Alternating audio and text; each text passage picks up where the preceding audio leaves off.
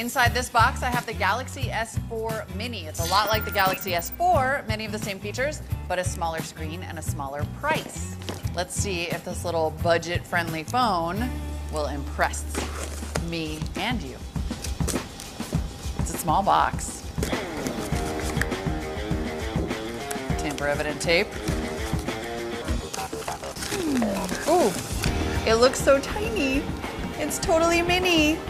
This is gonna be hilarious, by the way, because this mini, I think, is the size that most phones used to be. Remember, like 2 years ago?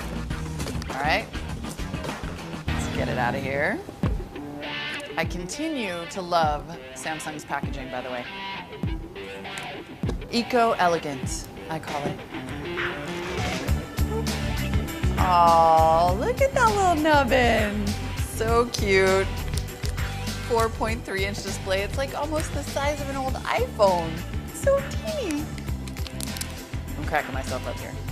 All right, it is super lightweight. It's for that subset of people who still want to put their phone in their pocket, which due to radiation concerns, I do not recommend, but to each his own. Let's get the battery out of here while I figure out what else is in the box. We have a little quick start guide, some earphone thingies, our international power brick, headphones, charging cable, and finally, the battery. Let's pop that in here. Definitely have a little bit of that plasticky Samsung feel for those who like that or don't like that.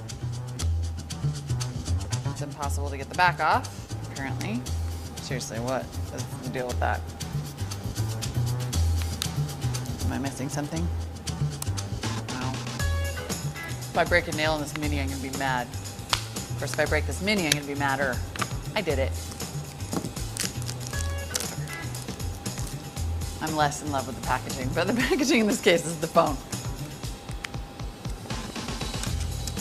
I have to say, I am astonished at how small this feels compared to today's modern mini phablet, an actual phablet. But let's turn it on and have a look at that display. Some people are really gonna find this to be the perfect size because the Galaxy S4, even since the S3, has ballooned to, a 4.6-inch screen, a really big phone. This is nice and tidy. There you have it. I'm gonna go through some of the setup here, and while I do that, let's talk about the specs. The Galaxy S4 Mini has a 4.3-inch Super AMOLED display.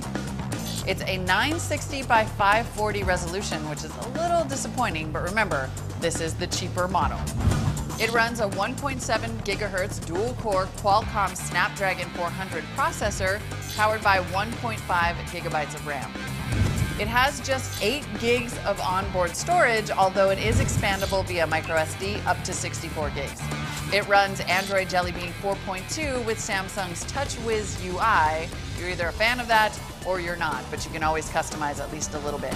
The Mini is an LTE phone that also has Wi-Fi, NFC, and Bluetooth.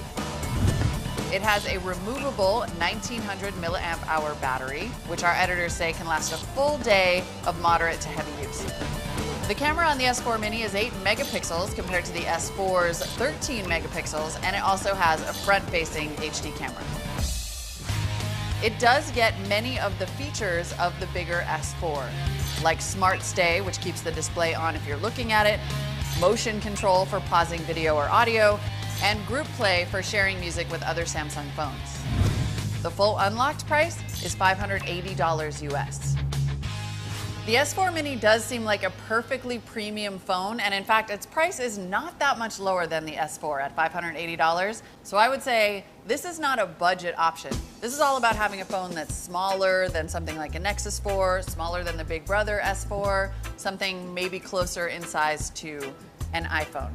It's really all about your pocket, and if that's what you're most concerned with, it's a good one. Check out CNET's full review for all the details on the S4 Mini.